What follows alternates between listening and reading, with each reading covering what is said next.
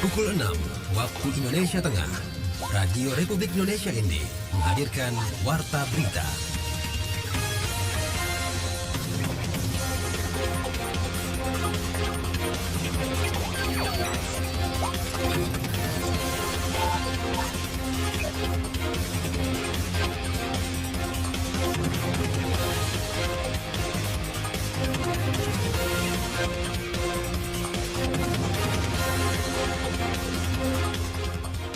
Selamat pagi saudara, Anda mendengarkan Warta Berita Pagi RRI edisi Kamis 27 September 2023 dengan sari berita.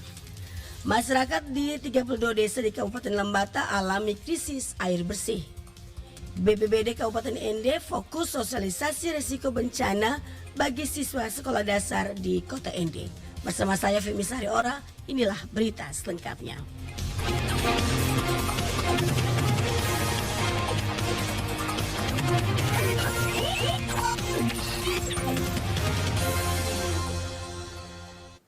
Masyarakat di Kabupaten Lembata saat ini mengalami kesulitan mendapatkan air bersih akibat kemarau panjang. Laporan Lidi Badin. Masyarakat di 32 desa di 4 kecamatan di Kabupaten Lembata mengalami krisis air bersih akibat kemarau panjang yang melanda kabupaten tersebut, dan untuk mendapatkan air bersih masyarakat mengandalkan suplai air bersih yang dilakukan oleh Badan Penanggulangan Bencana Daerah BPBD Kabupaten Lembata. PLT Kepala BPBD Lembata Stefanus Hedewadu mengungkapkan bahwa krisis air bersih ini dialami oleh masyarakat di 4 kecamatan, yakni Kecamatan Ile Ape, Kecamatan Ile Ape Timur, Kecamatan Buya Suri, dan Kecamatan Atadei. Dirinya mengakui pihaknya sampai saat ini tidak bisa menjangkau semua desa yang ada, namun diutamakan pada desa yang memang membutuhkan penanganan segera. Untuk di Kabupaten Lembata sendiri ya, secara keseluruhan hampir merata di semua kecamatan itu mengalami hal yang sama. Sehingga kami juga tidak melakukan apa secara menyeluruh, tetapi kita melakukan apa terkait dengan desa-desa kecamatan yang memang butuh sekali penanganannya. Itu lanjutan dari penanganan pasca kejadian Seroja itu. Itu yang kita konsentrasikan untuk Ile Ape dan Ile Ape Timur, dan kita tambah lagi untuk Kecamatan Atadei, 5 desa tadi di Kecamatan Atadei. Stefanus juga mengungkapkan setiap harinya pihaknya mendistribusikan air bersih secara bergilir ke masyarakat desa yang sudah diinformasikan oleh pihak desa terkait jadwal pendistribusian air ini. Meskipun demikian, untuk mencukupi kebutuhan air sehari-hari, masyarakat mencari alternatif sumber air di beberapa tempat yang cukup jauh dari desa mereka. RRI ND Lady Badin melaporkan. Tahun 2023, Badan Penanggulangan Bencana Daerah Kabupaten ND melaksanakan sosialisasi kebencanaan di Satuan Pendidikan Aman Bencana khusus tingkat sekolah dasar. Laporan Rovinus Sula.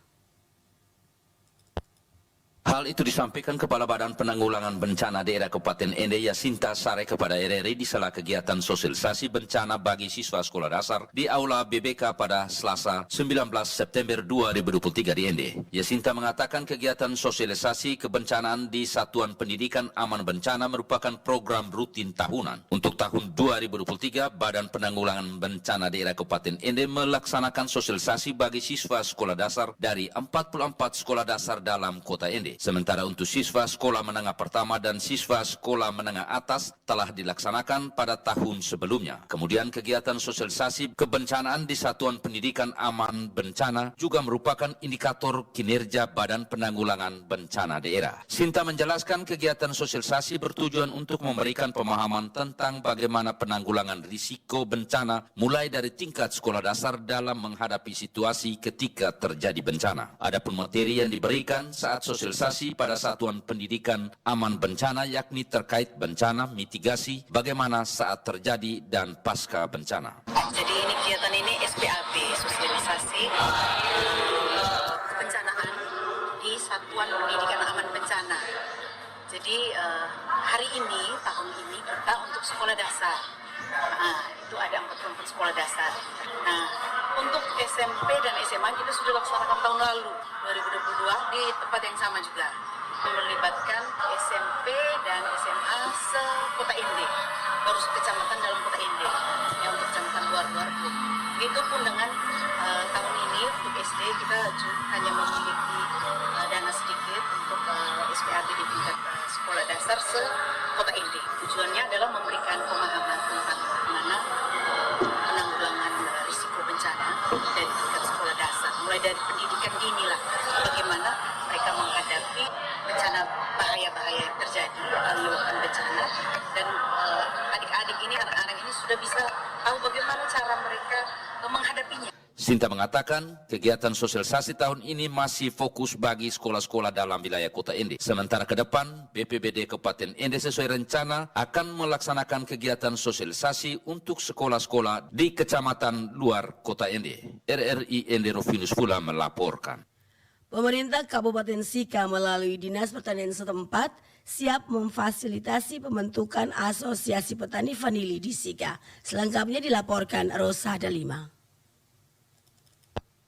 Dari informasi ini akan kami teruskan ke para petani vanili. Rencana pembentukan Asosiasi Petani Vanili Sika ini menyusul tingginya permintaan dan apresiasi vanili Sika pada pameran Tongtong Fair di Den Haag, Belanda pada 30 Agustus hingga 10 September 2023 lalu.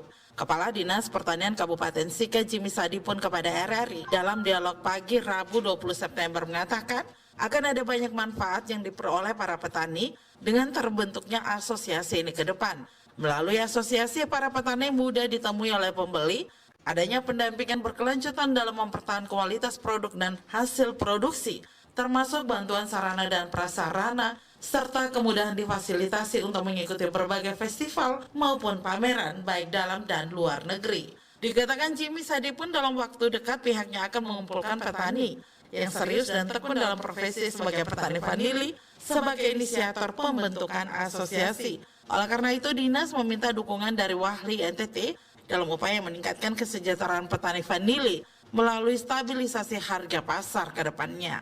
Untuk jangka waktu yang cepat, kita kumpulkan para petani vanili ini yang benar-benar mau dan konsen. Ya, mereka membentuk diri dalam satu asosiasi begitu. Contoh, sepakat.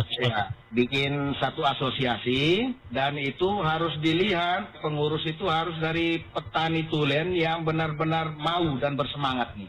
Apalagi dengan informasi yang seperti ini, ya, dan mudah-mudahan kami sangat berharap mungkin akhir tahun atau ke awal tahun, mungkin Pak Umbu dengan jajarannya bisa kunjungilah kami ke Maumere ini, Pak.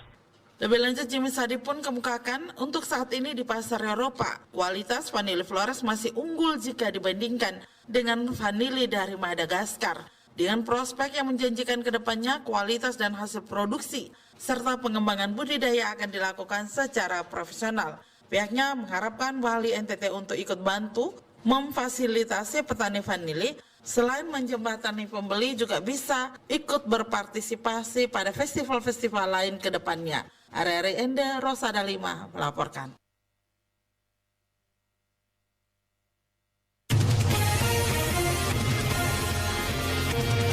Anda sedang mendengarkan Warta Berita RRI ND. Kementerian Komunikasi dan Informatika Kemenkominfo bersama Kementerian Kelautan dan Perikanan KKP mengajak nelayan di Kabupaten Ende, Nusa Tenggara Timur NTT untuk beradaptasi dengan teknologi digital dalam program transformasi digital bagi nelayan digital. Laporan Veranda Garus. Kepada RRI Rabu kemarin, Ketua Tim Transformasi Digital Sektor Pertanian Maritim dan Logistik Kemenkominfo Diki Rukmana menjelaskan, dalam era industri 4.0 ini, teknologi mendorong peningkatan produktivitas dan memudahkan masyarakat, salah satunya membantu nelayan dalam melakukan penangkapan ikan. Pada program nelayan digital ini, nelayan diajarkan untuk menggunakan teknologi seperti mengetahui lokasi penangkapan ikan, cuaca gelombang, dan perkiraan bahan bakar minyak untuk satu kali perjalanan penangkapan. Kita lakukan di sosialisasinya. Kemudian kita lakukan BIMTEK untuk pengenalan aplikasinya. Nanti ke depannya kita lakukan lagi. Biasa kita lakukan dengan format guyub gitu. Jadi nelayan-nelayan bisa berdiskusi langsung. Kita hadirkan juga ahli perikanan ataupun dari teman-teman startup digital yang mempunyai aplikasi. Kemudian nanti kita juga akan lakukan untuk evaluasi dan monitoringnya. Alat tersebut sampai teman-teman nelayan bisa beradaptasi dan mengadopsi teknologi yang kita bawa. Selanjutnya, selain mengetahui kondisi cuaca dan gelombang laut serta lokasi penangkapan ikan, nelayan juga bisa mengetahui harga jual ikan sehingga dapat mengoptimalkan setiap perjalanan penangkapan ikan. Kemkominfo tidak hanya mengajak para nelayan untuk melakukan penangkapan secara digital, akan tetapi para nelayan ini langsung dibimbing dan diajarkan penggunaan dari aplikasi itu sendiri. Berdasarkan rencana strategis tahun 2020 hingga 2024, Kemkominfo diamanahkan untuk melakukan transformasi pada 6 sektor, yakni pertanian, maritim, perikanan, logistik, pendidikan, kesehatan, dan pariwisata. Untuk mencapai itu kami coba lakukan dengan program adopsi teknologi digital di setiap sektornya. Di sektor maritim dan perikanan ini kita coba mengimplementasikan program pengembangan ekosistem perikanan pintar untuk perikanan tangkap yang kita lakukan di ND ini, dan di beberapa lokasi lain juga untuk perikanan budidaya. Untuk di ND ini kita coba di 100 teman-teman nelayan dan juga didampingi penyuluh. Tiap lokasi juga kami melakukan kegiatannya seperti itu, jadi kami sudah tidak mau lagi untuk melakukan kegiatan yang bersifat sosialisasi. Dia menambahkan program tersebut adalah proyek yang diharapkan bisa berlanjut dan membentuk ekosistem perikanan tangkap yang menghasilkan produk terbaik, berkelanjutan, dan membantu mensejahterakan nelayan kecil. RRI IND, Veranda Garus melaporkan. Pemerintah Kabupaten Flores Timur melaunching program Nona Sari Setia pada hari Selasa 19 September 2023. Program Nona Sari Setia ini adalah program yang diprakarsai oleh Dinas Pertanian dan Ketahanan Pangan Kabupaten Flores Timur untuk meningkatkan ketahanan pangan masyarakat sekaligus mengendalikan inflasi daerah akibat kenaikan harga beras. Penjabat Bupati Flores Timur, Doris Rihi, mengungkapkan program Nona Sari Setia ini adalah kepanjangan dari No Nasi Sehari, Kita Sehat, Bahagia, dan Aman. Program ini akan dilaksanakan setiap hari Jumat dan semua masyarakat diajak untuk mengkonsumsi pangan lokal selain nasi.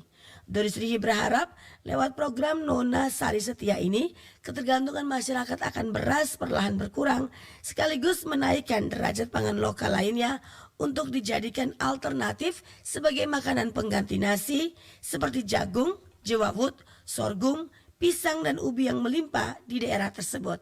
Lewat program ini juga, masyarakat mulai perlahan mengganti nasi di rumah dengan bahan pangan lain sehingga bisa membantu ketersediaan stok beras di pasaran. Untuk memenuhi kelengkapan 13 komponen dalam aplikasi dan cek kesehatan fisik personil, Polres ND melaksanakan tes kesamaptaan jasmani berkala dan bela diri Polri semester 2 tahun anggaran 2023. Rabu 20 September 2023 pukul 8 waktu Indonesia Tengah. Laporan Suimam. Kabak SDM Polres ND AKP Amrin kepada RRI Rabu 20 September 2023 mengatakan kegiatan ini dilaksanakan dalam 3 hari dengan tahapan tes kesemaptaan jasmani A yaitu lari selama 12 menit dan tes kesemaptaan B meliputi push up, sit up, pull up, dan shuttle run. Dijelaskan untuk pelaksanaan kegiatan disesuaikan dengan jadwalnya di mana tes kesemaptaan dan bela diri Polri ini adalah salah satu faktor di 13 komponen sesuai dengan hasil Rakernis Biro SDM kemarin. Perintahnya seluruh personil wajib mengikuti kegiatan ini dan bagi yang tidak mengikutinya akan ada sanksinya yaitu buat laporan polisi model A yang dilampirkan dengan data pendukung. Harapan saya yang tahu kondisi rekan-rekan sendiri. Ya, ini bukan suatu ujian. Kalau fisiknya lemah jangan dipaksakan. Ini bukan tahap seleksi, ini bukan ujian, ini salah satu item dari 13 komponen yang wajib kita ikuti. Ia melanjutkan, sebelum pelaksanaan kegiatan, seluruh personil dilakukan tes kesehatan tekanan darah guna mengecek kesehatan terhadap para peserta kesemaptaan jasmani dan dilanjutkan dengan pemanasan oleh panitia. Rekan-rekan di tempat ini juga akan dibagikan formulir. Ya, silakan diisi formulirnya. Setelah diisi, diserahkan ke meja panitia di depan gedung Bayangkara. Di sana ada tahap pemeriksaan tensi darah. Ya, siapa yang layak untuk melaksanakan kegiatan kesemaptaan jasmani nanti akan ditentukan oleh ahlinya di dokter saya nanti. Ditambahkan, tes kesemaptaan jasmani secara berkala ini penting dilakukan di samping untuk mengetahui sejauh mana kekuatan fisik para anggota Polri dan juga merupakan tolak ukur kekuatan fisik personil Polres ND yang sangat penting bagi kesehatan. Academy for Women Entrepreneurs AW Indonesia gelar workshop bagi perempuan di Kabupaten Ende untuk menjadi pelaku bisnis yang sukses. Hal ini disampaikan Ismi Arinawati, Project Leader AW Indonesia kepada RRI di sela-sela kegiatan pelatihan pada Senin 18 September 2023 di Ende. Ismi Arinawati mengatakan AW adalah program inisiasi dari pemerintah USA untuk pemberdayaan perempuan khususnya bagi pelaku usaha di 100 negara di dunia termasuk di Indonesia. Sementara kegiatan pemberdayaan bagi perempuan di Indonesia adalah yang pertama dengan 2 lokasi, yakni di Kabupaten Ende dan juga di Provinsi Aceh. Untuk Kabupaten Ende pesertanya sebanyak 20 orang, sementara untuk Aceh sebanyak 40 orang. Ismi Ariniawati menjelaskan, pelatihan sudah menjadi program rutin selama 5 bulan dengan beberapa fase. Pertama, pembelajaran tatap muka bersama fasilitator dan mentor lokal. Kedua, workshop dengan menghadirkan pembicara dari luar Ende untuk membagi kisah inspirasi dan pengetahuan. Ketiga, peserta akan didampingi dengan mentorship sesuai dengan bisnis dari masing-masing. Sementara pada fase terakhir adalah penganugerahan masing-masing peserta akan berkompetisi melakukan presentasi bisnis di depan investor, dewan juri untuk diberikan dana hibah senilai 25 juta rupiah dari pemerintah USA.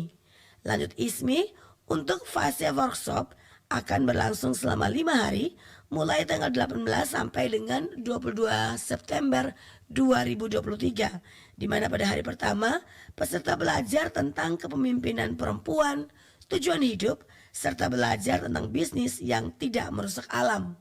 Kemudian peserta akan belajar tentang keterampilan desain grafis, cara membuat pitch deck, dan bagaimana mempresentasikan ide bisnis yang baik. Ismi mengharapkan dengan diadakan kegiatan pemberdayaan para perempuan dapat menghasilkan skill kepemimpinan dan kemampuan bisnis ke depannya yang lebih baik lagi. Demikian warta berita pagi hari ini, mewakili kerabat kerja yang bertugas, saya Femi Sariora. Selamat pagi dan sampai jumpa.